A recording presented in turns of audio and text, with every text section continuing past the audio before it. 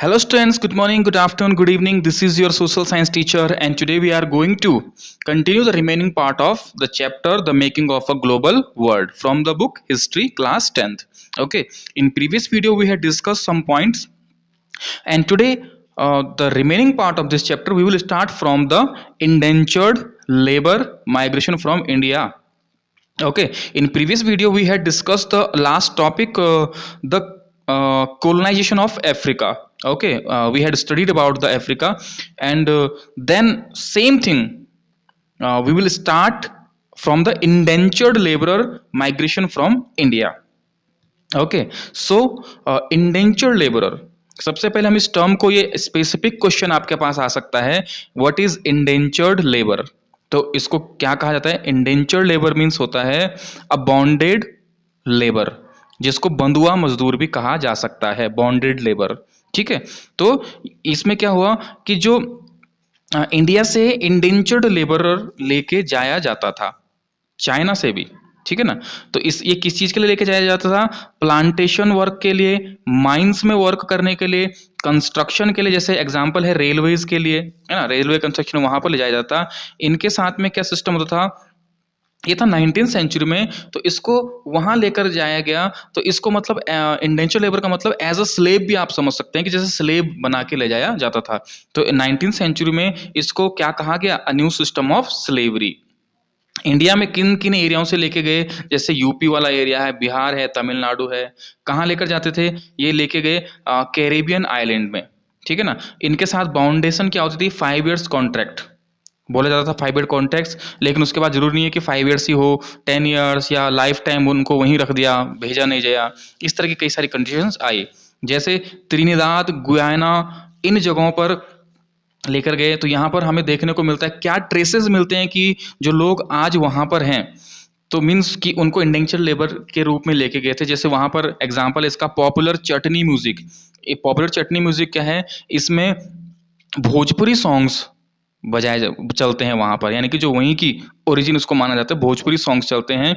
इसका मतलब है कि जो लोग यहाँ से यूपी बिहार के एरिया से लोग गए हैं, तो उन्हीं का कल्चर है वो जो वहाँ पर देखने को मिलता है।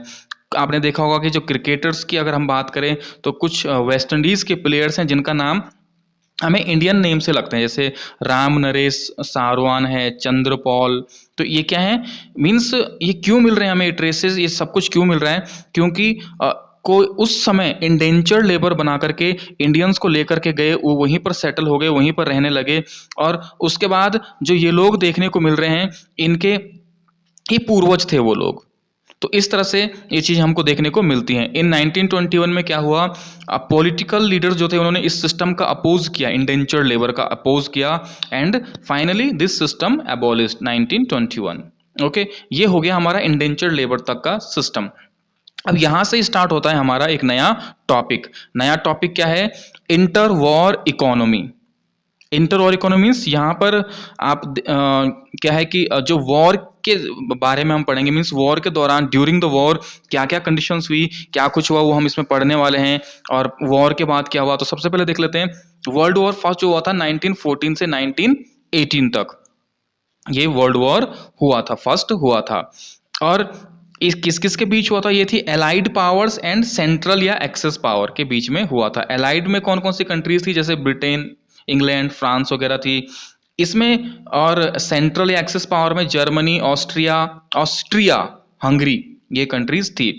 और इनके बीच ये वर्ल्ड वॉर फर्स्ट हुआ था। अब जैसे इस वॉर है, फर्स्ट वर्ल्ड वॉर में यूएस डायरेक्टली इन्वॉल्व नहीं था, यूएस इन्वॉल्व नहीं था, लेकिन ये यूएस क्या कर रहा था? यूएस फाइनेंशियली इन्वॉल्व था, इनको पैसा दे रहा था, मदद, पैसा इनको लोन के तौर पे दे रहा था। वर्ल्ड वॉर फर्स्ट कहाँ लड़ा गया? यूरोप में ही लड़ा गया, यूरोपियन कंट्रीज के बीच में ही लड़ा गया। इसका इम्पैक्ट क्या हुआ? इम्पैक्ट ऑन होल वर्ल्ड, पूरे वर्ल्ड पे इसका इम्पैक्ट था। इकोनॉमी एंड पॉलिटिकली इंस्टेबिलिटी आ गई, क्योंकि लोगों ने सोचा कि शायद कुछ महीने, 6 महीने, 8 महीने ये वॉर चलेगी, लेकिन ये वॉर चली पूरे 14 से 18, 4 साल चली। जिसमें कि बहुत ज्यादा लॉसेस हुए। इसको कहा जाता है फर्स्ट मॉडर्न इंडस्ट्रियल वॉर भी कहा जाता है, क्योंकि इसमें वही कंट्रीज शामिल थी जो इंडस्ट्रियल कंट्रीज थी, जहां पर इंडस्ट्रीज बहुत ग्रो हो चुकी थी, वो कंट्रीज इसमें थी, इसलिए इसको इंडस्ट्रियल वॉर कहा जाता है। और अब इंडस्ट्रीज में वहां पर कई तरह के वेपन्स बहुत सारी चीजें बन चुकी थी, तो ये फर्स्ट, इसको फर्स्ट मॉडर्न इंडस्ट्रियल वॉर कहा जाता है। इसमें इंडस्ट्रियल कंट्रीज थी। इस वॉर में क्या क्या कुछ यूज किया गया, टैंक्स यूज किए गए, मशीन गन्स, केमिकल वेपन्स, तो जिससे बहुत ज्यादा डिस्ट्रक्शन हुआ। तो ये सारा सिस्टम हुआ। अब इसमें क्या क्या प्रॉब्लम्स और आई, इसमें क्या आया कि जो इसमें जो कंट्रीज थी था वो पूरे होल वर्ल्ड पे पड़ा। इसका जो इम्पैक्ट था वो पूरे होल वर्ल्ड पे पड़ा, जिससे क्या हुआ कि जो लोग क्या हुआ, decline able bodies work force. अब जो लोग तो क्या थे कि घरों में जो लोग कमाने वाले थे, जो लोग ठीक ठाक थे, कमाने वाले थे, वो चले गए वॉर पे लड़ाई लड़ने। तो इससे क्या हुआ, हाउस होल्ड इनकम डेक्लाइन, जो घर की जो इनकम थी, जो घर लोगों की जो घर चलाने के लिए इनकम थी, क्योंकि जो कमाने वाला था वो तो वॉर में चला गया, वॉर लड़ने जा रखा है, तो जो घर की जो इनकम थी वो क्या हो गई, डेक्लाइन होने लगी। इंडस्ट्रियल प्रोडक्शन स्टॉप्ड, क्योंकि जो कंट्रीज जो थी वो सभी वॉर में इन्वॉल्व थी, लगभग, मींस जो यहाँ पर इस यहाँ की हम कंडीशन की बात कर रहे हैं यूरोप में, तो क्या था कि सारी जो जो कंट्रीज थी वो वॉर में इन्वॉल्व होने के कारण जो इंडस्ट्रियल प्रोडक्शन था वो रुक रखा था, इंडस्ट्रियल ग्रोथ नहीं हो रही थी। अब जब हाउस होल्ड इनकम डिक्लाइन हो गई, तो घर की जो महिलाएं थे, विमेन जो थी, टुक ओवर वेरियस जॉब्स, तो उनको घर चलाने के लिए क्या करना पड़ा, काम करना पड़ा। इसमें कुछ वुमेन को थोड़ा सा अच्छा भी फील हुआ कि उनको अब एक स्टेटस मिल गया था कि वो कमा सकती थी, बाहर जा सकती थी, लेकिन ऐसा सिर्फ वॉर के दौरान हुआ। वॉर के बाद फिर उनको घर से वापस घर संभालने की जिम्मेदारी संभालनी पड़ी। अब हम देखते हैं पोस्ट वॉर रिकवरी। इस वॉर के कारण बहुत बहुत बहुत ज़्यादा डिस्ट्रक्शन हुआ। अब इसको रिकवरी कैसे की गई, destruction of economy mainly in Europe.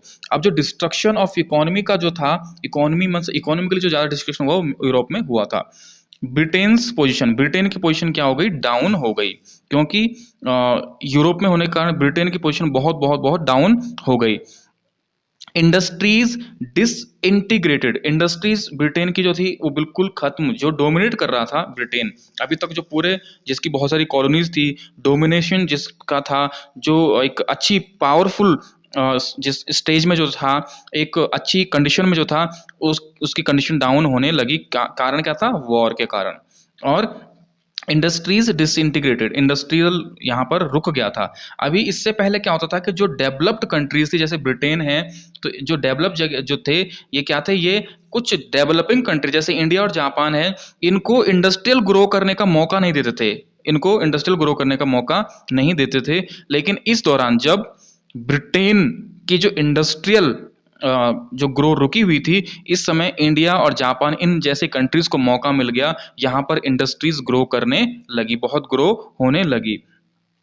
Post war period Britain was not able to recapture market.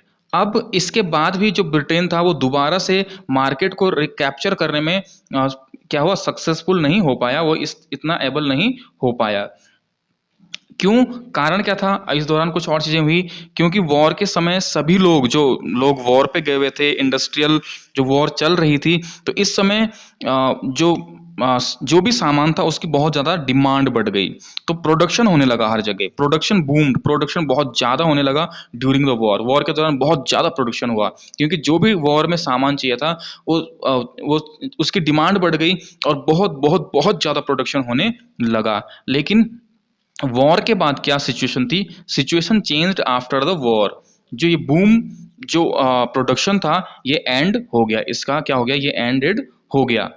And production contracted and unemployment increase. अब क्योंकि ड्यूरिंग द वॉर इसकी बहुत ज़्यादा डिमांड होने लगी, डिमांड थी, लेकिन वॉर के बाद अब सभी लोग अपने घरों को वापस आ चुके थे, तो उसके बाद उतनी डिमांड नहीं थी। और अब क्या था कि वॉर के दौरान जो जैसे यूरोप है, यहाँ पर वॉर चल रही थी, तो जो और कंट्रीज थी जैसे यूएस है, और भी ज़्यादा कंट्री, और भी जैसे कंट्री है, वहाँ से क्या है, एग्रीकल्चरल प्रोडक्ट्स वगैरह वहाँ से क्या हो रहे थे, इम्पोर्ट किए जा रहे थे, इनको खिलाने के लिए, जो आर्मी में जो थे लोग थे। लेकिन अब वॉर खत्म हो चुकी थी, तो ये कंट्रीज अपने कंट्रीज में भी क्या हुआ, एग्रीकल्चरल जो प्रोडक्शन था वो करने लगी, तो अब डिमांड घटने लगी, और डिमांड जो घटने लगी तो इस समय जो प्रोडक्शन हुआ था ड्यूरिंग द वॉर बहुत ज्यादा, वो क्या हो गया, वो एक ग्लट मीन्स बहुत ज्यादा प्रोडक्शन धरा का धरा रह गया। इसके बाद क्या हुआ कि अनएम्प्लॉयमेंट बढ़ने लगा। अनएम्प्लॉयमेंट इंक्रीज क्यों होने लगा, क्योंकि प्राइसेस डाउन होने लगे, क्योंकि प्रोडक्शन बहुत ज्यादा हो गया था और प्राइसेस उसके उतने नहीं मिल पा रहे थे, क्योंकि अब सामान ज्यादा था लेकिन डिमांड बिल्कुल भी नहीं थी, डिमांड बहुत कम थी, तो प्राइसेस लो हो गए। प्राइसेस लो होने के कारण अनएम्प्लॉयमेंट बढ़ने लगा। लेकिन इसी समय एक ऐसी जो यूएस जो है, एमरजेंस ऑफ यूएस होता है, क्योंकि यूएस एक तो इस वॉर में इन्वॉल्व नहीं था, और दूसरा क्या था, यूएस ने बहुत सारा पैसा दे रखा था इस वॉर में लड़ने के लिए, पैसा लोन पे दिया हुआ था। तो यूएस की जो कंडीशन थी वो काफी स्ट्रांग थी, क्योंकि यूएस इस वॉर में इन्वॉल्व नहीं होने के कारण उसको कोई भी इकोनॉमिकली कोई लॉस नहीं हुआ, जबकि बाकी जितना भी पूरा एरिया था इनको बहुत ज्यादा लॉस हुआ। तो यूएस मींस यहां पर एक स्ट्रांग वे में उभर के आता है। Britain borrowed from US, Britain ने भी लड़ने के लिए क्या था, यूएस से पैसा लिया हुआ था। और इस दौरान यूएस ने बहुत, मतलब ब्रिटेन जैसे है, तो ये जो एलाइड पावर जो थी इनके साथ इनको काफी पैसा दिया हुआ था, क्योंकि यूएस को पता था कि जब वॉर खत्म हो जाएगी तो इसकी रिकवरी भी हो जाएगी। तो इस दौरान इमरजेंसी ऑफ यूएस, यानी कि यूएस काफी ग्रो कर रहा था, and US became international creditor. US क्या बन गया, international creditor, international creditor from international debtor, यानी कि यूएस पे बहुत ज्यादा कर्जा होता, लेकिन इस समय अब यूएस क्या बन गया था, कर्जा देने वाला बन गया था। ओके, अब एक दूसरा यहां पर आता है rise of mass production and consumption. US की ही ये सिचुएशन है। यूएस में क्या हुआ, इन 1920 में हेनरी फोर्ड जो थे उन्होंने एक सिस्टम अडॉप्ट किया वहां पर, असेंबली लाइन। इसमें जो प्रोडक्शन होता था वो असेंबली लाइन में होता था। असेंबली लाइन मींस कि जैसे हेनरी फोर्ड कौन है, जिनकी गाड़ी जो फोर्ड जो गाड़ी है, तो ये यहाँ पर कार का प्रोडक्शन इनका जो था, तो कार का एग्जाम्पल दिया हुआ है, लेकिन इसी तरह से बाकी सारे वर्क होते थे। असेंबली लाइन का मतलब ये था कि सारे जो वर्कर्स थे यहाँ पर एक कन्वेयर बेल्ट हुआ करती थी। कन्वेयर बेल्ट मीन्स यहाँ पर एक कन्वेयर बेल्ट, इस तरह से एक कन्वेयर बेल्ट है जो घूमती रहेगी, चलती रहेगी, उसके सामने जो वर्कर्स होंगे वो बैठे होंगे। वर्कर्स काम कर रहे हैं, लेकिन अब क्या करना है कि एक वर्कर पूरा एक काम नहीं करेगा। अब जैसे सपोज दैट एक टायर को बनाया जा रहा है, तो टायर में क्या है कि उसको बनाएगा एक वर्कर, फिर वो आगे चला जाएगा बेल्ट में, वहां पर जो उसको नट बोल्ट कसने वो दूसरा वर्कर करेगा, फिर आगे जाके उसकी पैकेजिंग करनी वो तीसरा वर्कर करेगा, फिर चौथा वर्कर, मतलब इस तरह से काम को करने लगे। कन्वेयर बेल्ट चल रही है, उसके सामने लोग बैठ गए और वो अब काम कर रहे हैं। तो एक आदमी एक ही काम करेगा दिन भर, उसका काम, जिसका काम टायर को बनाना है, तो केवल मीन्स स्टार्टिंग प्रोसेस ही करेगा। दूसरा जो नट बोल्ट लगा रहा है तो वो केवल उसी काम को करेगा। इससे क्या हुआ कि काम की स्पीड बढ़ गई, प्रोडक्शन बढ़ गया। लेकिन इससे जो एक प्रॉब्लम यहाँ पर आने लगी, प्रॉब्लम क्या थी, वर्कर्स की प्रॉब्लम जो थी वो थी कि लोगों ने काम करने से इनकार कर दिया, क्योंकि उनको बहुत ज्यादा काम करना पड़ रहा था। लेकिन हेनरी फोर्ड ने इसका सॉल्यूशन भी निकाल दिया। उन्होंने कहा कि आपको डबल सैलरी दी जाएगी, और डबल सैलरी दी जाएगी, तो इससे वर्कर जो थे वो और खुश हो गए और डबल सैलरी के लालच में वो काम करने लगे। लेकिन अब उन्होंने जो कन्वेयर बेल्ट में एक स्पीड हुआ करती थी कि आपको इतनी स्पीड में बेल्ट चलेगी, तो वो स्पीड और बढ़ा दी उन्होंने, तो अब वर्कर काम करने लगे, डबल सैलरी मिल रही है। ये जो कन्वेयर बेल्ट के थ्रू जो काम करने का मॉडल है, इसको फोर्डिस्ट मॉडल कहा जाता है। क्वेश्चन आ सकता है व्हाट इज फोर्डिस्ट मॉडल, तो इसको कहा जाता है फोर्डिस्ट मॉडल। इस तरह से एक असेंबली लाइन में वर्क। इस दौरान क्या हुआ कि जो वर्कर्स थे उन्होंने काफी काम तो वो करते थे, लेकिन इससे उनको इनकम बहुत अच्छी होने लगी। इनकम अच्छी होने लगी तो यहाँ पर क्या हुआ कि वो अच्छा पैसा कमाने लगे, तो अब वो कंजप्शन भी कर सकते थे अच्छा। तो उन्होंने क्या किया कि एक इंस्टॉलमेंट सिस्टम भी चलने लगा। उनको लगा कि अब हमको पैसा तो आना ही है, पैसा आएगा ही, तो उन्होंने क्या किया कि सामान जो था सारी चीजें इंस्टॉलमेंट में लेनी स्टार्ट कर दी। जैसे कार वो बना भी रहे हैं, उनके पास पैसा डबल सैलरी आ रही है, तो कार इंस्टॉलमेंट में खरीद देगी, बाद में आना ही हम दे देंगे। तो इस तरह की क्या हुआ, मास प्रोडक्शन हुआ। अब इस कन्वेयर बेल्ट वाले सिस्टम ने, हेनरी फोर्ड वाले सिस्टम ने क्या हुआ, प्रोडक्शन को बहुत ज्यादा बढ़ा दिया। प्रोडक्शन बहुत स्पीड से, बहुत तेज से होने लगा, और इसी चीज को बाकी के सारी कंट्रीज भी फॉलो करने लगी। But later after war over production जो था, इसका क्या रिजल्ट हुआ, Britain regain crop production and all European countries. अब धीरे धीरे सारी जो कंट्रीज थी वो रिकवर होने लगी और वो दोबारा से रिगेन करने लगे, यानी कि अभी तक तो यहाँ पर प्रोडक्शन अच्छा हो रहा था, यूएस में प्रोडक्शन था क्योंकि बाकी जगह क्या था, वहां पर डिमांड थी, क्योंकि वॉर के दौरान डिमांड थी हर चीज की, तो यहाँ पर यूएस में काफी अच्छा प्रोडक्शन हो रहा था, तो वॉर के लिए वो सारा सामान जा रहा था। लेकिन अब वॉर खत्म हुई, अब सभी लोग अपनी अपनी कंट्री में दोबारा से क्या करने लगे, प्रोडक्शन करने लगे, तो जिसके कारण क्या हो गई, डिमांड घट गई। तो इसके बाद यहां से स्टार्ट जो सारी कंडीशन थी ये न्योता दे रही थी, ये सारी कंडीशन कॉज बनने वाली थी द ग्रेट डिप्रेशन का, 1929 टू 30। ग्रेट डिप्रेशन मींस जिस समय एक बहुत ज्यादा कह सकते हैं कि अकाल वाली स्थिति आ गई थी, बहुत प्रॉब्लम वाली स्थिति आ गई थी, क्योंकि कुछ तो वॉर के वजह से प्रॉब्लम हो गई थी, और जब तक इकोनॉमी थोड़ा सा रिकवर होने ही वाली थी तब तक ये कंडीशन स्टार्ट हो गई। इसके ग्रेट डिप्रेशन के जो कॉजेज हैं वही इसका इम्पैक्ट भी है और कॉजेज भी है, मीन कह सकते हैं कि यही कारण थे ग्रेट डिप्रेशन का, और ये भी कहा जाता है कि ये ग्रेट डिप्रेशन का इम्पैक्ट था।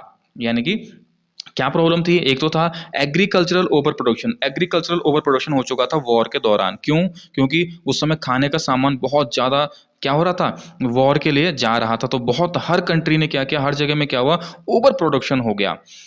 क्रिएटेड गल्ट, गल्ट मीन्स इस तरह से क्वेश्चन भी आ जाता है, व्हाट इज गल्ट, गल्ट से रिलेटेड, गल्ट मीन्स एक बहुत बड़ा स्टॉक हो गया था प्रोडक्शन का, यानी कि जो फूड ग्रेन्स वगैरह हैं, जो भी सामान था वो बहुत बड़ी बड़ी मात्रा में बन गया था, तो एक बहुत बड़ा स्टॉक बन गया था, जिससे प्राइसेस क्या हो गए, लो हो गए।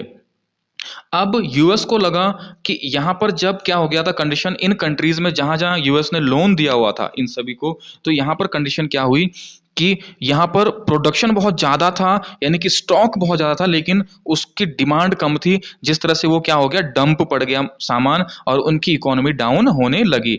यूएस को भी इस बात का अंदाजा हो गया कि अब इनकी इकोनॉमी डाउन होने वाली है, तो यूएस ने क्या स्टार्ट कर दिया, विदड्रॉल ऑफ यूएस लोन, यानी कि अपने जो लोन थे उनका विड्रॉ स्टार्ट कर दिया, यानी कि लोन देना बंद कर दिया। ब्रिटेन का जो ग्रो करने का, रिकवर होने का एक कारण था कि यूएस से उसने बहुत सारा लोन लिया हुआ था, और उस लोन की वजह से वो काफी रिकवर कर गया, लेकिन अब यूएस ने लोन देने से इनकार कर दिया।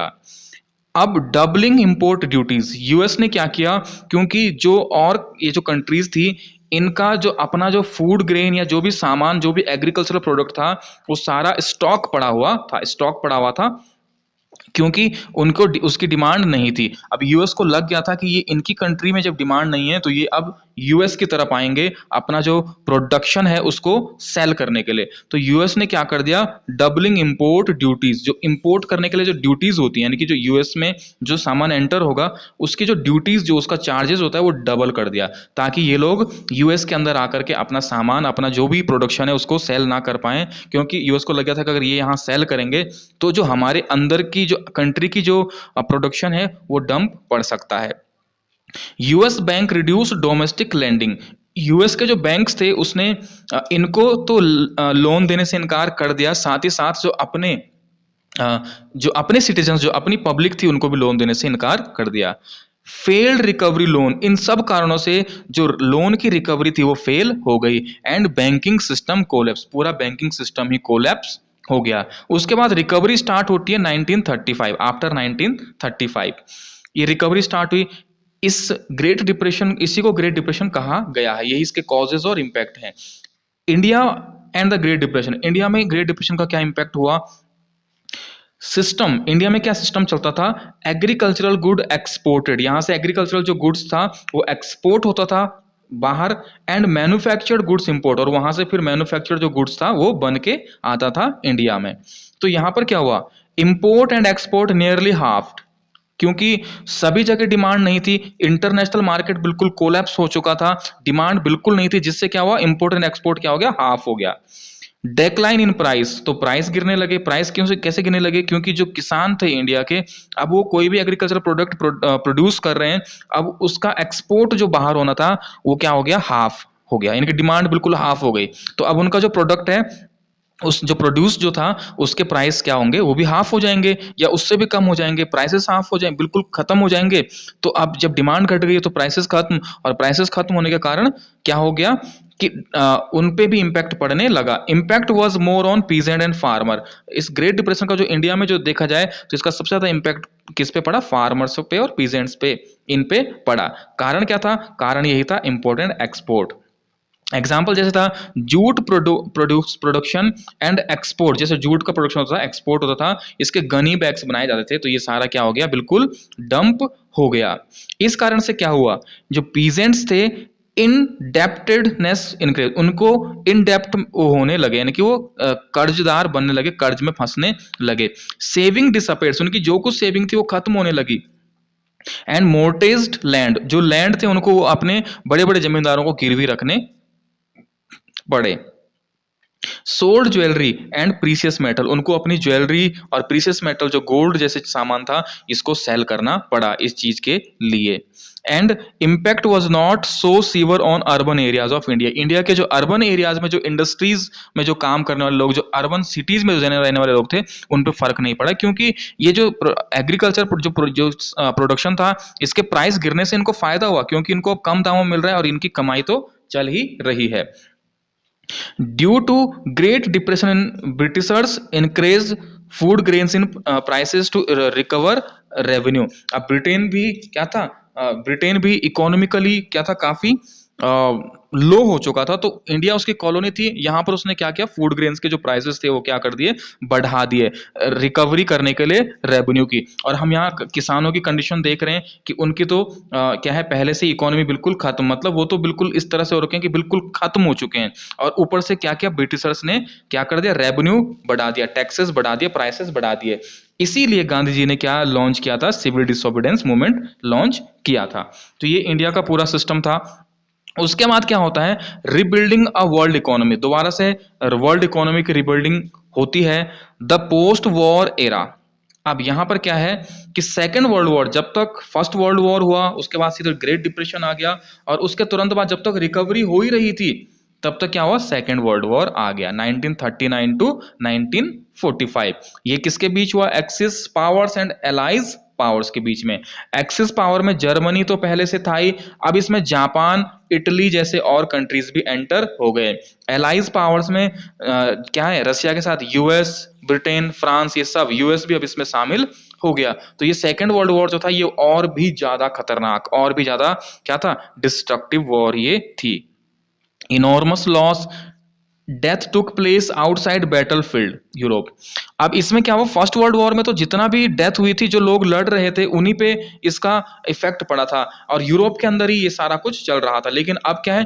अब इसमें जैसे जापान, इटली और यूएस जैसी कंट्री शामिल हो चुकी थी, तो इसके कारण अब यूरोप से बाहर भी इसका इफेक्ट पड़ने लगा। इसका एक एग्जांपल हम देखते हैं कि जो जापान पे यूएस के द्वारा हिरोशिमा और नागासाकी में जो क्या है वो बॉम्ब गिराया गया था, जो न्यूक्लियर बॉम्ब था वो गिराया गया था, और उससे आपने देखा कि कितना लंबा उसका इफेक्ट चला, यानी कि कहा जाता है आज तक उसका इफेक्ट वहां पर है। तो क्या था? न्यूक्लियर पावर इसमें इस्तेमाल की गई।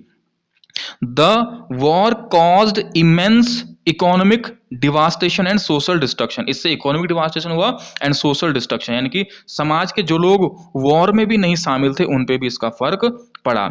यहां से क्या निकल के आई? Two crucial influences shaped post war reconstruction. यहां से दो पावर निकल के आई, यूएस एंड सोवियत यूनियन, ये दो। क्योंकि हमने देखा कि फर्स्ट वर्ल्ड वॉर के दौरान सोवियत यूनियन जो था वो क्या कर रहा था? ग्रो कर रहा था, बहुत ग्रो कर रहा था, यूएस ने भी ग्रो किया। उसके बाद क्या हुआ? ये वॉर भी खत्म हुई। इसके बाद post war settlement and Bretton Woods institutions. तो पोस्ट वॉर सेटलमेंट क्या किए गए? क्योंकि इस वॉर में काफी कुछ नुकसान हुए, यहां से यूएस एक पावर बन के, सोवियत यूनियन एक पावर बन के आए। यहां पे क्या होता है? जो इकोनॉमिस्ट थे एंड पॉलिटिशियंस थे, ड्रू टू की लेसन्स, इनको दो लेसन समझ में आ चुके थे। वो दो लेसन्स क्या थे?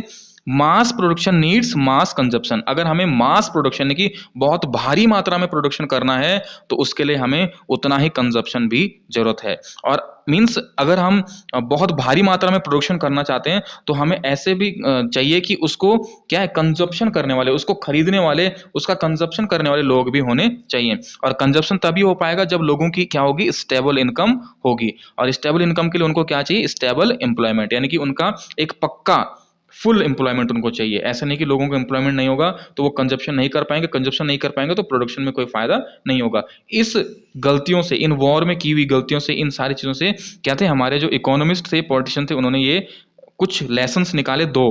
पहला तो ये था मास प्रोडक्शन नीड्स मास कंजप्शन, दूसरा था countries economic links with outside world should be regulated by government. जो कंट्री का जो इकोनॉमिक लिंक जो दूसरे कंट्रीज के साथ होता है उसको गवर्नमेंट के द्वारा रेगुलेट किया जाना चाहिए। यानी कि अगर हम बात करें कि इंपोर्ट एक्सपोर्ट, जो इंपोर्ट और एक्सपोर्ट है वो दूसरी कंट्री के साथ में, उसको गवर्नमेंट को रेगुलेट करना चाहिए।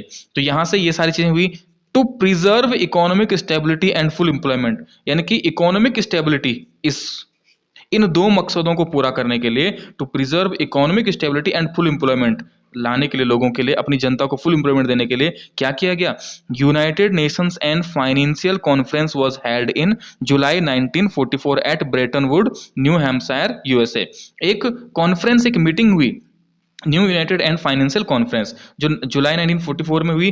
ब्रेटन वुड क्या है, यूएसए का जो न्यू हैम्पशायर जगह है, ब्रेटन वुड वहां एक जगह है, न्यू हैम्पशायर जो है यूएसए में, वहां पर ब्रेटन वुड एक जगह है, इसी नाम से इसको ब्रेटन वुड नाम दिया गया। काफी इंपॉर्टेंट है, इसमें डायरेक्ट क्वेश्चन आता है अबाउट ब्रेटन वुड। तो ये इसमें दिया, एक मीटिंग हुई किन मकसद को पूरा करने के लिए, एक गवर्नमेंट जो है आउटसाइड बिजनेस, दूसरी कंट्री के साथ जो एक्सटर्नल जो बिजनेस होगा वो गवर्नमेंट को रेगुलेट करना चाहिए, और मास प्रोडक्शन के लिए क्या है, मास कंजप्शन, यानी कि, और मास कंजप्शन के लिए क्या जरूरी है, स्टेबल एम्प्लॉयमेंट, यानी कि लोगों को एम्प्लॉयमेंट होना जरूरी है।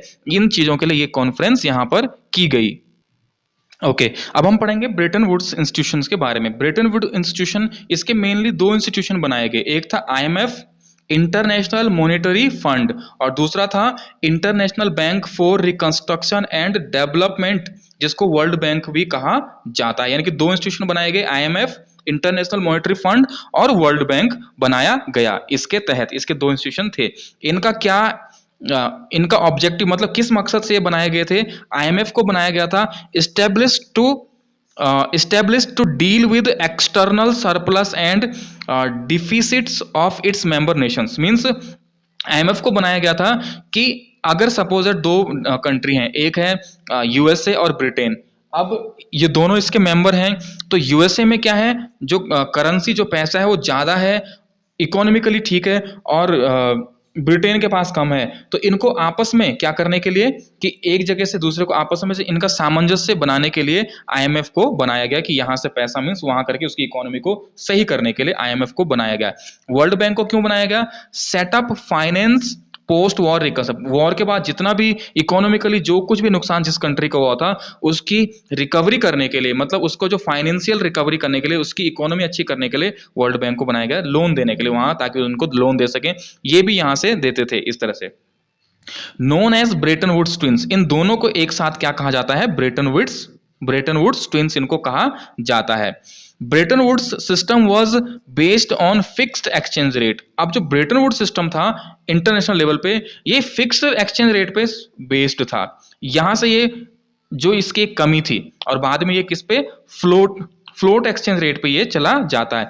फिक्स्ड एक्सचेंज रेट क्या था, कि इसमें जैसे डॉलर है तो $1 की जो कीमत थी वो बिल्कुल फिक्स कर दी गई थी। जैसे आज हम देखते हैं डॉलर फ्लोट करता रहता है ऊपर नीचे, लेकिन उस समय फिक्स कर दिया गया कि नहीं, बस यही फिक्स कीमत है।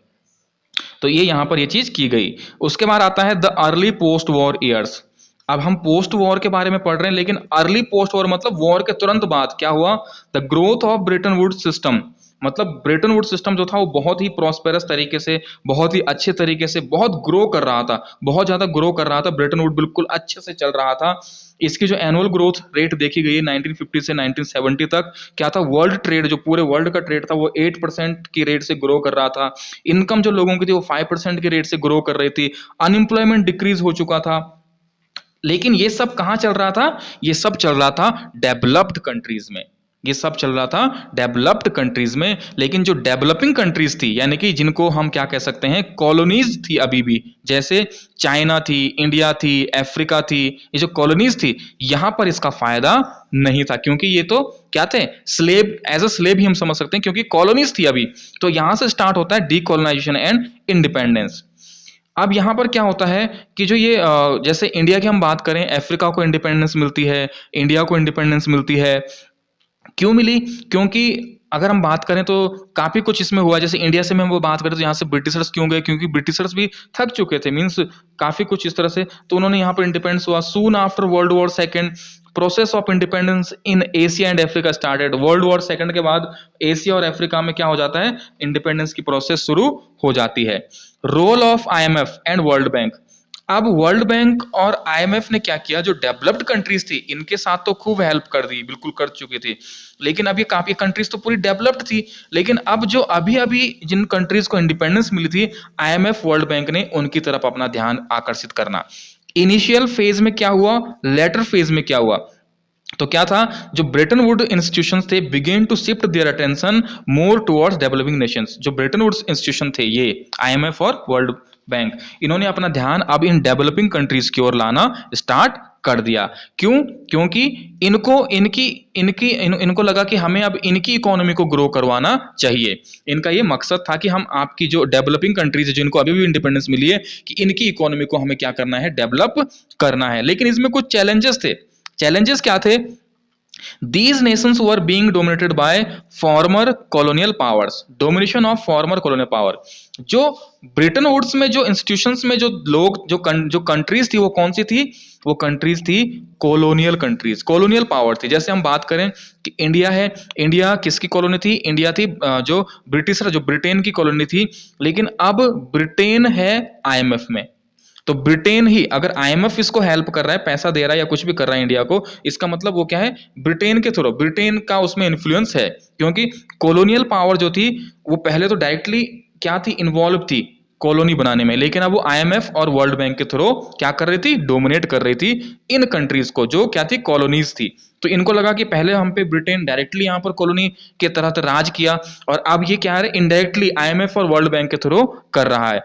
तो ये चैलेंजेस थे। क्यों, क्योंकि जो फॉर्मर कॉलोनियल पावर्स थी, इन्होंने क्या किया, इन्होंने कहा कि हाँ, जैसे आईएमएफ है, वर्ल्ड बैंक है, इन्होंने कहा कि हम आपको पैसा देंगे, लोन देंगे आपकी इकोनॉमी रिकवर करने के, लेकिन क्या होगा, आपके जो रिसोर्सेज होंगे उस पर हमारा अधिकार होगा, कुछ इस तरह का। तो इससे क्या हुआ, फिर डायरेक्टली वही स्थिति आ गई, कॉलोनी बनाने वाली, यानी कि गुलाम बनाने वाली। क्या था, former colonial powers controlled vital resources such as minerals, land, from colonies. मतलब इन कॉलोनीज पे आईएमएफ ने क्या किया, वर्ल्ड बैंक ने क्या किया, इन्होंने कहा कि हम आपको पैसा देंगे, लोन देंगे, लेकिन आपके रिसोर्सेज वगैरह हैं, जो भी लैंड वगैरह है, इन सब पे हमारा कंट्रोल होगा, यानी कि हम इसको मोनेटाइज करेंगे, हमारे हिसाब से चलेगा। जिससे क्या हुआ, no benefits to developing country, developing country को उसका कोई बेनिफिट नहीं मिल रहा था। पहले वो डायरेक्ट क्या थे, गुलाम थे, अब इनडायरेक्टली वो गुलाम बन रहे थे उन्हीं, क्योंकि कॉलोनियल पावर वही थी जो सारी थी।